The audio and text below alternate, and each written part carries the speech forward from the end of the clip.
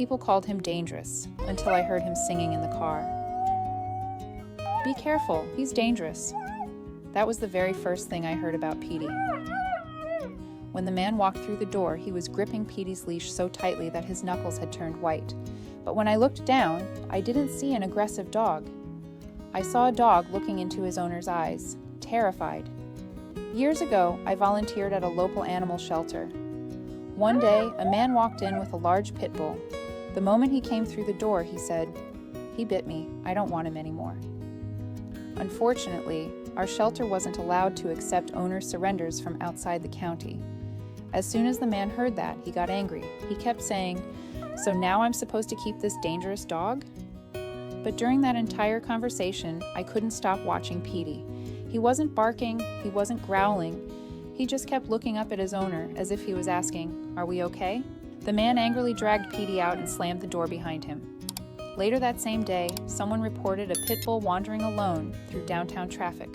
There was no leash, no owner. The moment Petey came back to the shelter, I think we all had the same thought. His owner had most likely let him out of the car and left him there. I wanted to adopt him, but I couldn't. I already had an elderly dog at home who was very sick, so for months I visited him whenever I could. Every time I walked up to his kennel, he'd press his big blocky head against my chest. One day, one of the shelter workers said, "This dog barks way too much." Before long, they started putting a bark collar on him to keep him quiet. He spent every day alone in a loud kennel. Barking was the only way he knew how to express himself. People thought they were correcting his behavior, but they were really just taking away his voice. A few months later, after I lost my senior dog, I was finally able to bring Petey home. For the first few months, he barely made a sound. It was almost like he was trying to figure out if this home was temporary too.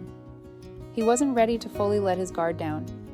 Then one morning, while we were driving to get coffee, I heard the strangest sound coming from the back seat.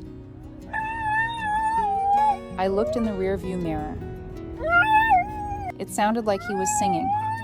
I started laughing because he hadn't made a sound for months, and now he was singing. From that day on, every car ride turned into a little concert. Sometimes he'd sing while I was cooking in the kitchen.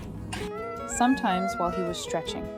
And sometimes he'd come right up to my face at 2 o'clock in the morning and let out a long, dramatic howl.